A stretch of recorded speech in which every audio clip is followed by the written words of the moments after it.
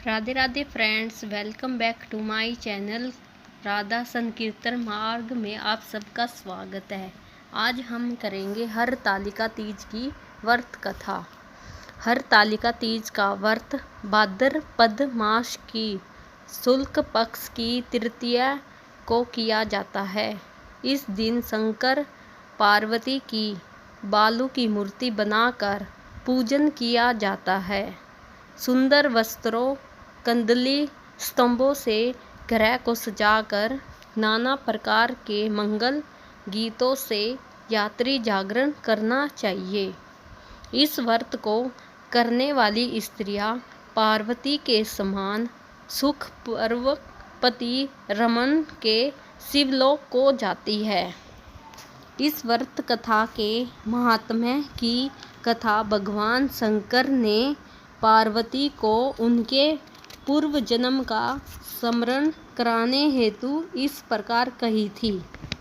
एक बार तुमने हिमालय पर गंगा तट पर अपनी बाल्यावस्था में 12 वर्ष की आयु में अधोमुखी होकर घोर तप किया था। तुम्हारी कठोर तपस्या को देखकर तुम्हारे पिता को बड़ा क्लेश होता था। एक दिन तुम्हारी तपस्या और तुम्हारे पिता के क्लेश के कारण नारद जी तुम्हारे पिता के पास आए और बोले कि विष्णु भगवान आपकी कन्या से विवाह करना चाहते हैं। उन्होंने इस कार्य हेतु मुझे आपके पास भेजा है। तुम्हारे पिता ने विष्णु जी के प्रस्ताव को असंघर्ष स्वीकार कर लिया।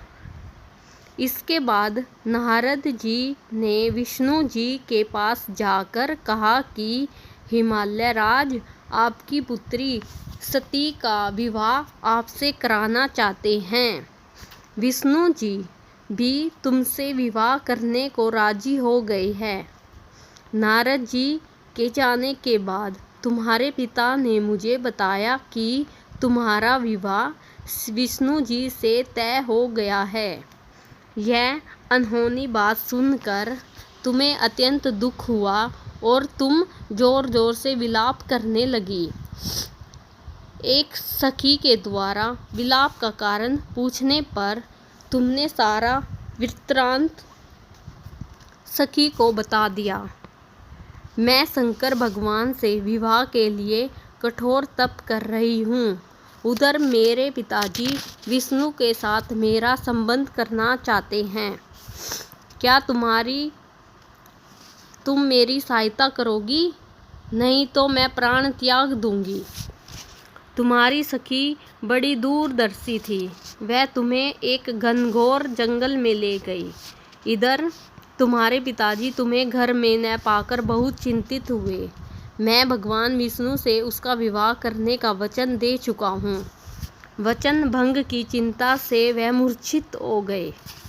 इधर तुम्हारी खोज होती रही और तुम अपनी सहेली के साथ नदी के तट पर एक गुफा में मेरी तपस्या करने में लीन हो गई थी। भाद्रपद शुक्ल की तृतीया को हस्त नक्षत्र में तुमने रेत का शिवलिंग स्थापित करके व्रत किया और पूजन तथा यात्री जागरण भी किया। तुम्हारे इस कठिन तप व्रत से मेरा आसन डोलने लगा। मेरी समाधि टूट गई। मैं तुरंत तुम्हारे पास पहुंचा और वर मांगने को कहा।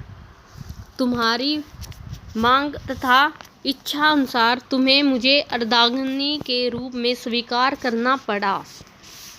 तुम्हें वरदान देकर मैं कैलाश पर्वत पर चला गया। प्रातः होते ही तुमने पूजा की समस्त सामग्री को नदी में प्रवाहित करके अपनी सहेली सहित व्रत का प्रारंभ किया। उसी समय तुम्हें खोजते हुए हिमालय राज उस स्थान पर पहुंच गए। बिलखते हुए तुम्हारा घर छोड़ने का कारण पूछने लगे। तब तुमने बताया कि मैं शंकर भगवान को अपना पति मान चुकी हूँ, परंतु मेरा विवाह विष्णु जी से करना चाहते थे। इसलिए मुझे घर छोड़कर आना पड़ा। मैं आपके साथ घर इसी शर्त पर चल सकती हूँ कि आप मेरा विवाह विष्णु जी से न करके भगवान शिव से करें। गिरिराज जी तुम्हारी बात मान गए और शास्त्रोक्त विधि पूर्व हम दोनों को विवाह के बंधन में बांध दिया। इस व्रत को हरतालिका इसलिए कहती है कि पार्वती की सखी उसे पिता के घर से हर कर घनघोर जंगल में ले गई थी। हरत अर्थात हरण करना और आलिका अर्थात सखी सहेली। हरतालिका हरत प्लस आलिका। शंकर जी ने पार्वती से यह भी बताया कि जो स्त्री इस व्रत को परम श्रद्धा से करेगी उससे तुम्हारे समान ही अचल सुहाग प्राप्त होगा।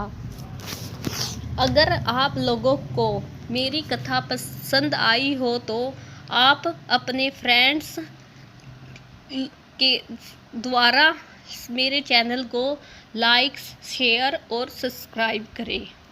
राधे राधे।